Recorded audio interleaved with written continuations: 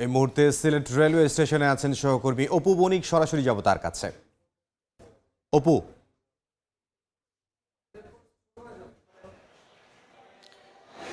দেখুন, রেলওয়ের রানিং স্টাফরা তাদের দাবি আদায়ের লক্ষ্যে কিন্তু গতকাল থেকে কিন্তু তারা কর্মবিরতিতে রয়েছেন এবং সেই কর্মবিরতির জের ধরেই কিন্তু সিলেটে সকাল থেকেই যাত্রীদের দুর্ভোগের শেষ নেই। আপনারা দেখতে পাচ্ছেন আমরা যেখানে দাঁড়িয়ে আছি ঠিক তার পাশেই এখন দেখতে পাচ্ছেন যে এখানে চট্টলা যে এক্সপ্রেসটি রয়েছে, যেটি সিলেট থেকে চিটাগংয়ের উদ্দেশ্যে রওনা দেওয়ার কথা ছিল, সেটি কিন্তু এখন দাঁড়িয়ে আছে প্ল্যাটফর্মে এবং চট্টলা এক্সপ্রেসের যারা যাত্রীরা রয়েছেন তারা কিন্তু এসে এখানে আবার পুনরায় ফিরে যাচ্ছেন। যেহেতু কোনো ধরনের এখন অবধি পর্যন্ত আসলে কোনো ধরনের সিদ্ধান্ত আসেনি, তো সেই ক্ষেত্রে আসলে স্বাভাবিকভাবেই কিন্তু দুর্ভোগে পড়ছেন সিলেটের বিভিন্ন জায়গায় যাওয়ার জন্য যে যাত্রীরা রয়েছেন। এবং আমরা যেটি লক্ষ্য করেছি এখানে স্টেশন মাস্টারের যিনি রয়েছেন তারা কিন্তু এখন অফিস তালাবদ্ধ রেখে কিন্তু তারা বাইরে অবস্থান নিয়েছেন এবং যদিও তাদের সাথে কথা বলতে চেয়েছিলাম, তারা বলছিলেন যে আসলে পুরোটাই হচ্ছে কর্তৃপক্ষ যে সিদ্ধান্ত দিবে সেই সিদ্ধান্তের উপরে কিন্তু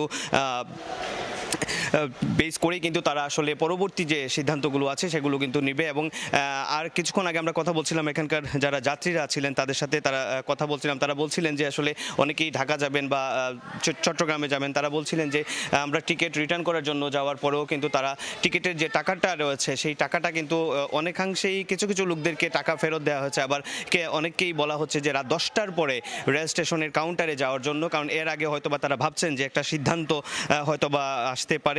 এবং আরেকটা বিষয় আপনাদেরকে জানিয়ে রাখতে চাই যে 2022 সালের 13 এপ্রিল কর্মবিরতি পালন করলে সারা দেশে কিন্তু ট্রেন চলাচল বন্ধ হয়েছিল এবং এর পরবর্তীতে কিন্তু আজকে গতকাল থেকে কিন্তু এই কর্মবিরতি আবারও পুনরায় হচ্ছে। এবং পরে যেটি আরেকটা বিষয় যে বলতে চাই যে 2022 সালে যে 13 এপ্রিল যে ঘটনা ঘটেছিল সেটি কর্তৃপক্ষের আশ্বাসে কর্মসূচি স্থগিত করে এরপর কয়েক দফা দাবি উপস্থাপন করেও কিন্তু রানিং স্টাফরা এর কোনো সুরাহা পায় নাই। পরবর্তীতে আসলে কর্তৃপক্ষ অর্থ মন্ত্রণালয়ে চিঠি দিয়ে এই বৈঠক করে। তো দেখতে পাচ্ছেন যে বর্তমানে সিলেটের রেলওয়ে স্টেশনে যে চট্টলা এক্সপ্রেসটি রয়েছে সেটি কিন্তু বর্তমানে এখানে দাঁড়ানো অবস্থায় রয়েছে এবং যাত্রীরা আসছেন, অনেকেই ফিরে যাচ্ছেন, অনেকেই অন্যান্য যে রুটগুলো রয়েছে সেই রুট ধরে কিন্তু তাদের গন্তব্যে পৌঁছাচ্ছেন। তো সিলেট থেকে এই ছিল রেলওয়ের কর্মবিরতির, রানিং স্টাফদের কর্মবিরতির আমার কাছে সর্বশেষ।